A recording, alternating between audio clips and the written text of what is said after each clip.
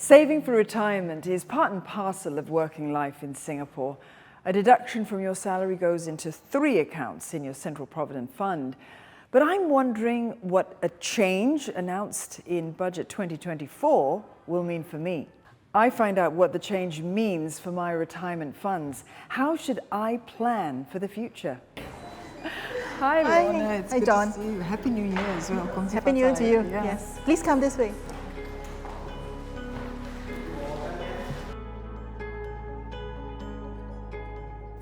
It's reached that point. Your special account is about to close in 2025. I mean, we're going to be seeing a lower interest rate. Will there be a longer term impact of this? It looks like the government has taken away the special account. They're going to close it. But at the same time, they give us a sweetener. They allow us to top up our retirement account up to the new enhanced retirement sum of next year. It's going to be $426,000. So for these people, they can decide whether they wish to top up their retirement account up to this amount and continue to top up to the prevailing enhanced retirement sums in the years to come for higher monthly payouts from their CPF Life plan.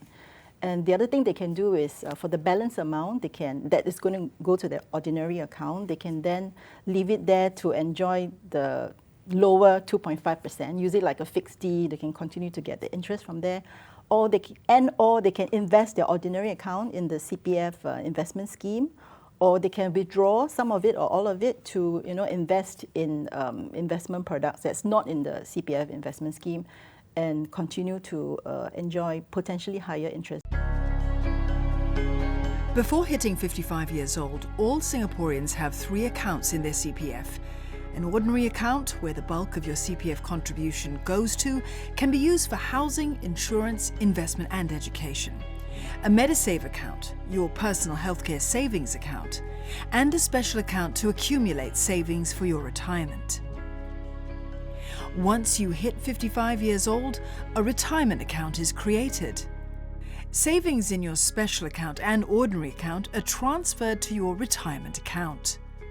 Starting 2025, the special account for CPF members 55 and above will be closed.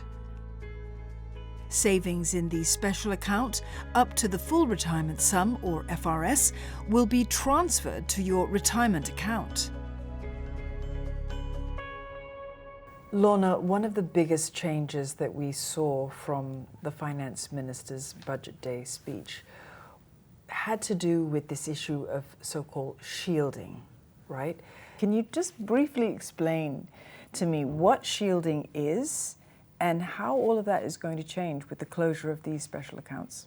So there are some people who wish to shield their special account from flowing into the retirement account so that they can continue to earn the attractive 4% interest rate. Actually, right now it's 4.08% per annum. So they would then invest their special account savings, leaving behind the minimum sum of $40,000 in their special account. And then the RA gets created when they turn 55, and then they sort of liquidate that investment, and the money will flow back into the special account.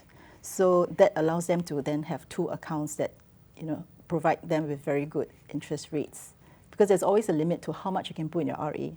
But with this, then you can still have a substantial savings in a special account, earning the 4%. The FRS in 2025 will be 213,000 Singapore dollars.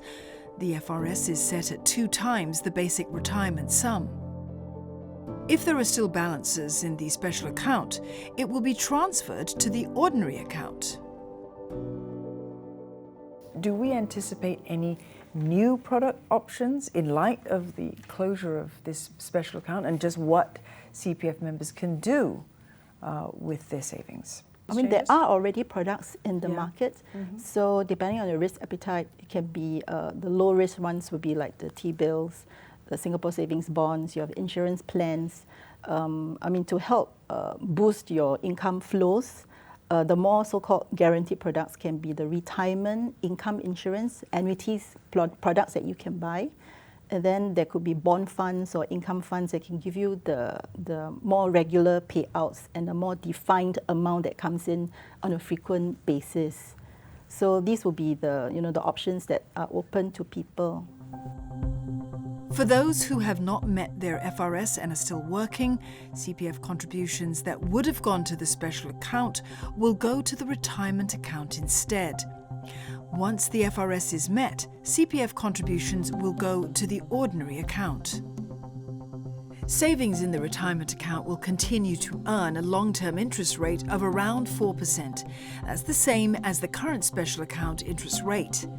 The interest rate in the ordinary account remains at 2.5%. Singaporeans can now top up their retirement account to 4 times the basic retirement sum, as the Enhanced Retirement Sum, or ERS, has been revised upwards. Top-ups of any amount to the ERS limit can be made in cash or transferred from the ordinary account. The new ERS will hit $426,000 in 2025. And that means the likelihood of a higher monthly payout at the age of 65 onwards. Once the special account closes and that money is put into the retirement account, is it a reversible thing? Is there a way of reversing that action at all? Before you turn 65, which is the earliest age that you can start receiving your CPF Life monthly payouts, you can actually tell the CPF board that you wish to just maintain a basic retirement sum in your RA, provided you can do a property pledge. So if you do that, then they will allow you to withdraw in excess of the BRS plus any voluntary top-up amounts that you might have topped up before in your RA, plus any government grants. So anything in excess of that can be withdrawn. What about that 4.08% on the retirement account, Lorna? Are we really able to actually enjoy that interest rate on the retirement account? So this 4.08% in your retirement account, actually it's not just 4.08. The first 30,000 in your retirement account earns 6%. The next 30,000 in your retirement account earns 5%, and the balance earns this 4.08. So of course, the longer you live, the more payouts cumulatively you will get throughout your life. And if assuming you have chosen the CPF Life standard plan or the escalating plan, what happens that if you die, between 65 or from the time you start payouts to at whatever age, the interest portion will be left behind to benefit the cohorts that still live longer than you do. So the closure of the special account is going to impact people who are aged 55 and above, of course. But what about for people who are younger? How is it going to impact them? They can still consider optimizing the CPF schemes because it's still decent interest rates that they're getting, even though they're below 55 years old. It's still 4% or up to 5%, in fact, for the first 60,000 of the combined CPF savings. So I will encourage them to continue to top up to their special account if they can, because there's always a limit to how much they can top up. It's the full retirement sum. Then from there, it continues to compound. And at the same time, consider whether they need to buy another insurance plan or invest into a diversified portfolio to help them grow and make the money work harder for them so that they can have a substantial nest egg at the end of it. It's good to know that there are alternative options to maximizing interest payments out there beyond the age of 55 and even with the news of the closure of the special accounts. And you know what? The financial planning journey, it never ends.